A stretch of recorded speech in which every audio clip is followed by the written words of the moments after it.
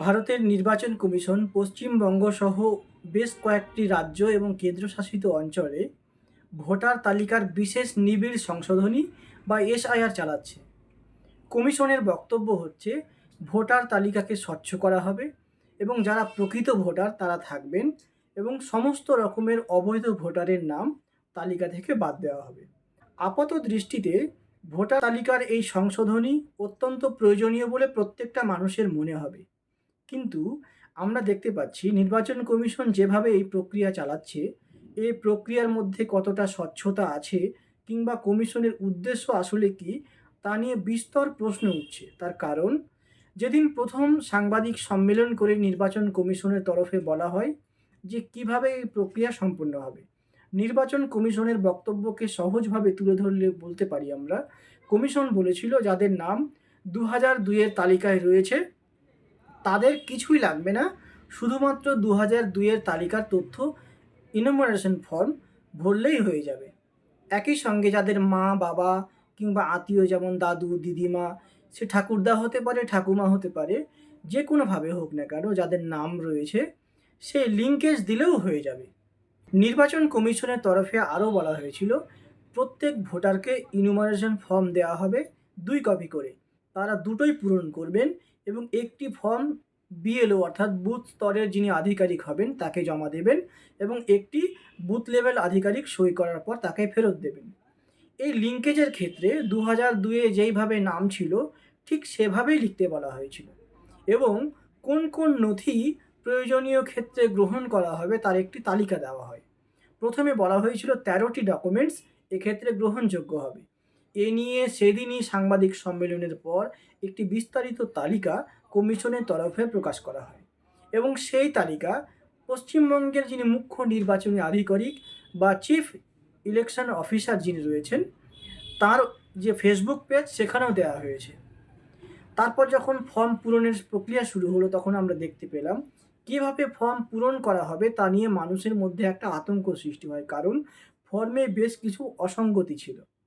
তারপর নির্বাচন কমিশন দেখলো আমরা কোথাও গিয়ে হয়তো ভুল করেছি, তখন রাজ্যের মুখ্য নির্বাচনী আধিকারিকের অফিস থেকে মডেল ফর্ম পূরণ করে ফেসবুকে এবং ওয়েবসাইটে আপলোড করা হয়। সেই ফর্ম এখনও বিভিন্ন মানুষের ফেসবুকে বা সোশ্যাল সাইটে ঘুরে বেড়াচ্ছে, আপনারা দেখতে পারেন। তারপর আমরা দেখতে পেলাম নির্বাচন কমিশন একের পর এক এমন কিছু নিয়ম জারি করছে যা তাদের কোনো নোটিফিকেশন নেই, শুধুমাত্র হোয়াটসঅ্যাপে বিএলওদের পাঠানো হচ্ছে এবং বিভিন্ন ভোটারকে বলা হচ্ছে আপনি ডকুমেন্টস নিয়ে বিএলওর কাছে যান, বিএলও সেটা আপলোড করবে। তারপর সেটা আপলোড করার পর দেখা গেল অনেকের সেই নথি গ্রহণযোগ্য হয়নি, অর্থাৎ তাদেরকে নোটিশ দেওয়া হচ্ছে তারা নাকি সন্দেহযুক্ত ভোটার। যদি তাই হয় তাহলে নির্বাচন কমিশন প্রথমে যে কথা বলেছিল তার সঙ্গে মিল নেই কেন? তাহলে নির্বাচন কমিশনের উদ্দেশ্য কি প্রকৃত ভোটারকে বাদ দেওয়া কিংবা বিশেষ শ্রেণীর ভোটারকে বাদ দিয়ে 2026 সালে পশ্চিমবঙ্গে যে নির্বাচন হবে সেই নির্বাচনী বৈতরণীতে বিজেপিকে সুবিধা করে দেওয়া? এই প্রশ্ন কিন্তু উঠবেই। তার কারণ আমরা দেখতে পেলাম গত 4 নভেম্বর বিজেপির তরফে একটি প্রতিনিধি দল রাজ্যের মুখ্য নির্বাচনী আধিকারিকের কাছে একটি স্মারকলিপি জমা দেয় এবং সেখানে বলা হয় ওবিসি সার্টিফিকেট যেন কোনোভাবে গ্রহণ না করা হয়। বিশেষ করে 2011 থেকে নিয়ে 2024 সাল পর্যন্ত পশ্চিমবঙ্গে যে সমস্ত ওবিসি সার্টিফিকেট জারি করা হয়েছে সেগুলো যেন গ্রহণ না করা হয়। তারপরে আমরা দেখলাম নির্বাচন কমিশনের তরফে একটি নোটিফিকেশন দেওয়া হয় এবং প্রকাশ্যে বলে দেওয়া হয় যে হ্যাঁ, ওবিসি সার্টিফিকেট গ্রহণ করা হবে না। কথা আমি কিসের ভিত্তিতে বলছি? আপনারা বিভিন্ন সংবাদপত্রের পাতা খুললেই দেখতে পাবেন এবং একই বিষয় নিয়ে কলকাতা হাইকোর্টে একটি মামলা হয়। কলকাতা হাইকোর্টও জানিয়ে দেয় যে সমস্ত ওবিসি বাতিল হয়েছিল সেগুলো গ্রহণ করা হবে না। কিন্তু কলকাতা হাইকোর্ট কিসের ভিত্তিতে এই মামলার অর্ডার দিল তা নিয়ে কিন্তু প্রশ্ন রয়েছে, কারণ রাজ্যের তরফে যখন ওবিসি নিয়ে মামলা সুপ্রিম কোর্টে করা হয় তখন সুপ্রিম কোর্ট শেষ যে আপডেট সেখানে বলেছিল যে রাজ্যের যে নতুন ওবিসি তালিকা তৈরি হয়েছে 140টি জনজাতির, সেগুলো ভ্যালিড। তাহলে সুপ্রিম কোর্ট যেখানে রাজ্যের ওবিসি সার্টিফিকেটকে ভ্যালিড বলছে, তাহলে নির্বাচন কমিশন সেটা গ্রহণ করছে না কেন? এই প্রশ্ন কিন্তু থাকছে। তাহলে বিজেপি আপত্তি তুলেছে বলেই কি কমিশন সার্টিফিকেট গ্রহণ করছে না? এটা কিন্তু প্রশ্ন থেকেই যায়। শুধু তাই নয়, বিজেপির তরফে একটি দাবি করা হলো যে যারা চা বাগানের শ্রমিক তাদের যে অস্থায়ী জব কার্ড রয়েছে বা তারা বিভিন্ন চা বাগানে কাজ করেন, সেই নথিকে এসআইআরে গ্রহণ করা হোক। প্রথমে যখন সাংবাদিক সম্মেলন করেছিল নির্বাচন কমিশন, সেখানে কিন্তু এই ডকুমেন্টসের উল্লেখ ছিল না, এখন গ্রহণ করা হচ্ছে। সাধারণ মানুষের সুবিধার্থে নির্বাচন কমিশনের এই প্রক্রিয়া নিঃসন্দেহে আমি স্বাগত জানাবো, কারণ মানুষ যেন বিপদে না পড়ে তার জন্য কমিশন নিয়মকে শিথিল করতেই পারে, কিন্তু শিথিল থেকে জটিলতায় যাবে এটা সম্পূর্ণ অগণতান্ত্রিক, অসাংবিধানিক এবং ন্যায্য বিচার প্রক্রিয়ার পরিপন্থী। আমাদের দেশে যে সমস্ত বিচার প্রক্রিয়া আছে সেখানে কোনো মানুষকে জটিল থেকে জটিলতর জায়গায় নিয়ে যাওয়া যায় না, কিন্তু কমিশন সেটা করছে, কারণ বিজেপির তরফে বলা হয়েছে। শুধু তাই নয়, রাজ্যের ডোমিসাইল সার্টিফিকেট নাকি গ্রহণ করা হচ্ছে না বলে বিভিন্ন সংবাদ মাধ্যমে খবর আসছে। ডোমিসাইল সার্টিফিকেট গ্রহণ করা হবে বলে খোদ জানিয়েছিল নির্বাচন কমিশন, তাহলে এখন বলছে করা হবে না। ফ্যামিলি রেজিস্টার যেগুলো আইসিডিএস এর মাধ্যমে, সিডিপি এর মাধ্যমে পাওয়া যায়, এখন বলছে এগুলো নাকি গ্রহণ করা হবে না। তাহলে প্রথম দিকে যে বলা হয়েছিল গ্রহণ করা হবে, এখন কেন বলছে গ্রহণ করা হবে না? এই নিয়ে কিন্তু প্রশ্ন থাকছে। শুধু কি তাই?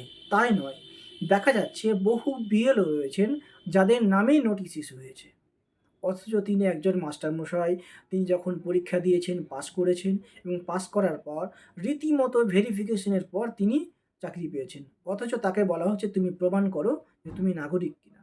শুধু তাই নয়, অনেকের পরিবারে মাত্র 5 জন আছে বা 4 জন আছে, তাকে নোটিশের কারণে বলা হচ্ছে যে আপনার নামে বা আপনার পিতামাতার নামে যে আপনি লিঙ্কেজ করেছেন সেখানে 6 জনের বেশি সদস্য রয়েছে, অথচ তারা দাবি করছেন যে আমাদের এরকম কোনো লিঙ্কেজ নেই। তাহলে নির্বাচন কমিশন এই লিঙ্কেজ কোত্থেকে পেল? এই প্রশ্ন কিন্তু থেকেই যায়। এর বাইরে আরও কিছু প্রশ্ন থাকছে, তার কারণ হচ্ছে বহু বিএলও জানাচ্ছেন যে এআই প্রক্রিয়ার মাধ্যমে বা আর্টিফিশিয়াল ইন্টেলিজেন্সের মাধ্যমে বিভিন্ন নামকে ট্রান্সলেট করা হয়েছে, এবং এই ট্রান্সলেশন এত ভুলে ভরা যে সাধারণ মানুষকে এগুলো বলা যাচ্ছে না। আজকে মগরাহাটের একজন বিএলও আমার সঙ্গে কথা বলছিলেন, উনি বললেন তার পরিবারের 2 জনের নামে নোটিশ ইস্যু হয়েছে। তিনি নিজে স্বীকারোক্তি দিয়েছেন যে বিএলও ডিক্লারেশন রয়েছে সেটা দিয়ে আপলোড করেছিলেন, অথচ সেটা নাকি গ্রহণযোগ্য হয়নি। এবং বহু বিডিও বা যারা ইআর রয়েছেন তাদের নামেও নাকি এরকম নোটিশ হয়েছে, আপনারা খবরে জানেন। বহু বিখ্যাত মানুষের নামে নোটিশ হয়েছে, আপনারা খবরে জানেন। আপনারা শুনেছেন যাদবপুর বিশ্ববিদ্যালয়ের যিনি উপাচার্য তার নামে নোটিশ ইস্যু হয়েছিল এবং তিনি হাজিরা দিয়েছেন। এখন অনেকে বলছেন যারা হাই প্রোফাইল মানুষ তারা যদি সহজে এই নোটিশ পাওয়ার পর হাজিরা দিয়েই ছাড় পেয়ে যান, সাধারণ মানুষ যার কোনো কাগজ নেই বা তার নামের ভুল রয়েছে, দরিদ্র মানুষ, তিনি খেটে খান, তারা কী করবেন? এই প্রশ্নের উত্তর কিন্তু নির্বাচন কমিশন দিচ্ছে না। এক্ষেত্রে আমরা দেখতে পাচ্ছি রাজ্যের মুখ্যমন্ত্রী মমতা বন্দ্যোপাধ্যায় একটি আন্দোলন করছেন। তিনি বারবার নির্বাচন কমিশনকে চিঠি দিচ্ছেন। এছাড়া বাম এবং কংগ্রেসের ভূমিকা অত্যন্ত সন্দেহজনক। তারা বারবার বলছেন স্বচ্ছ ভোটার তালিকা প্রকাশ করতে হবে। তারা নির্বাচন কমিশনে গিয়ে বা রাজ্যের মুখ্য নির্বাচনী আধিকারিকের কাছে গিয়ে সে কথা চিঠি দিয়ে জানিয়েছেন। কিন্তু রাজ্যের মানুষকে যে ব্যাপক হারে হয়রানি করা হচ্ছে, এক্ষেত্রে বাম এবং কংগ্রেসের কোনো ভূমিকা বা আন্দোলন চোখে পড়ছে না। তাহলে কি ধরে নিতে হবে রাজ্যের বাম সংগঠনগুলো কিংবা কংগ্রেস মানে পক্ষান্তরে বিজেপির এই নোংরা মানসিকতাকেই সমর্থন করছে? নাকি তারা কোনো আন্দোলন করে উঠতে পারছে না? এ কথা কিন্তু থেকেই যায়। যদি এরকম দেখা যায় যে পশ্চিমবঙ্গে প্রকৃত ভোটারকে বাদ দেওয়া হচ্ছে, তাহলে আগামী নির্বাচনে বিজেপি যে কার্যসিদ্ধি করতে চায় সেটাই সফল হবে। আমাদের রাজ্যে আমরা দেখতে পাচ্ছি বিজেপি যেন তেন প্রকারে ক্ষমতায় আসতে চাইছে। তাই বিজেপির তরফে যখন কোনো প্রতিনিধি দল মুখ্য নির্বাচনী আধিকারিক বা নির্বাচন কমিশনের কাছে গিয়ে কোনো দাবি জানাচ্ছে, তখন সঙ্গে সঙ্গে সেটা গ্রহণযোগ্য হয়ে যাচ্ছে। তাহলে বিরোধীদের কথা কেন শোনা হচ্ছে না? এই উত্তর কিন্তু কমিশনকে দিতে হবে। আজকে আপনারা শুনেছেন রাজ্যের যিনি মুখ্য নির্বাচনী আধিকারিক মনোজ কুমার আগরওয়াল, তার নম্বর বিভিন্ন সোশ্যাল মিডিয়ায় ভাইরাল হয়েছে। তিনি দাবি করছেন যে মামলা করবেন, এফআইআর করবেন। কিন্তু ভুলে গেলে চলবে না, তিনি একজন আধিকারিক। তিনি মানুষের সেবা করার জন্য এই কাজে আছেন। তাহলে মানুষ বিপদে পড়লে তার সঙ্গে যোগাযোগ করবেন, এটাই স্বাভাবিক। তিনি বিরক্ত হচ্ছেন সামান্য কয়েকটা ফোন গিয়েছে বলে। তাহলে যে সাধারণ মানুষ দিনের পর দিন দুশ্চিন্তার মধ্যে যাচ্ছেন, যারা আত্মহত্যা করেছেন, তাদের কি হবে? এই উত্তর কেউ দিচ্ছে না। তাহলে এই এসআইআর কি রাজ্যের মানুষের জন্য একটা মরণফাঁদ? এই প্রশ্ন কিন্তু থেকেই যায়।